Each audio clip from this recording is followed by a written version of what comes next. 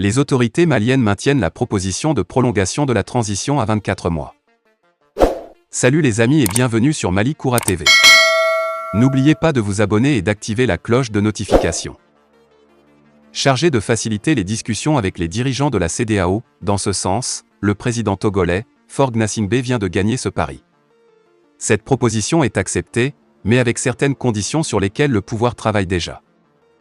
Le ministre des Affaires étrangères, Abdoulaye Diop vient d'expliquer que les dirigeants ouest-africains ont accepté cette durée des 24 mois et c'est à cause de certains détails, seulement que les sanctions ont été maintenues. Le ministre Diop assure le maintien des sanctions est donc lié à deux raisons majeures, la présentation d'un chronogramme détaillé et la mise en place d'un comité conjoint de suivi. Et les détails dont il parle seront réglés d'ici le sommet ordinaire du 3 juillet prochain, qui scellera cet éclatant succès diplomatique du dirigeant togolais. Ainsi, le doyen des chefs d'État de la sous-région est en passe de gagner son pari de faire lever les sanctions injustes qui frappent le Mali depuis le 9 janvier 2022. Sauf que pour le patron du palais de Lomé II, nul n'est prophète dans son propre pays. Quand l'institution régionale se trompe de loupe, on ne peut pas prôner des valeurs démocratiques et souhaiter des élections bâclées sur fond de vote précaire, et dans un environnement incertain, insécure, de corruption électorale généralisée, de pauvreté sans précédent des populations déplacées.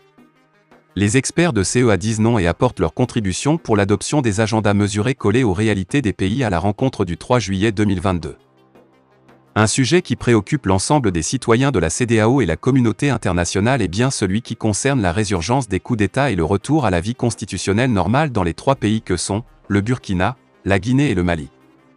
Un sujet incertain, complexe et ambigu qui trompe tous les analystes et le collège de nos chefs d'État devenu une tribune de sanctions à l'endroit de ses propres populations.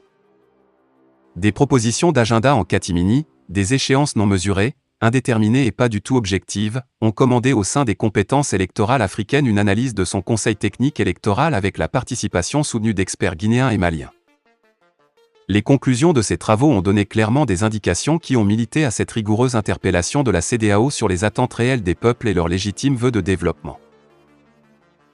C'est à la faveur d'une rencontre tenue entre les représentants du cadre d'échange de partis politiques et des regroupements de partis politiques pour une transition réussie au Mali, qu'une déclaration a été faite ce jeudi 2 juin 2022.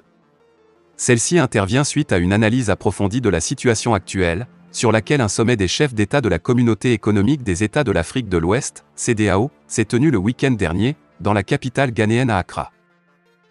Le cadre d'échange des partis politiques et des représentants des partis pour une transition réussie au Mali a d'abord rappelé un certain nombre de faits imminents. Ainsi, sur le plan de la sécurité alimentaire, le constat est alarmant, la famine guette le centre et le nord du pays.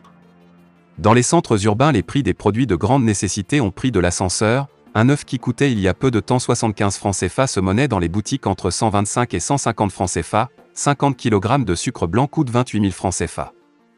Le mil coûte entre 45 000 et 60 000 FRS le sac de 100 kg. Le maïs aliment de base de la volaille est vendu à 33 000 francs CFA le 100 kg.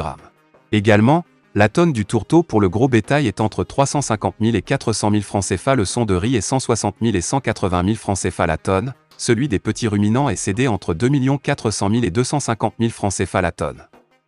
Le litre d'huile est à 1 500 francs CFA. Le gel des opérations des financements de certains partenaires financiers, BMBAD-AFD, a un impact négatif sur plusieurs projets de développement et les opérateurs, bureaux d'études, entrepreneurs et les fournisseurs des consommables, qui travaillent pour le compte de ces partenaires.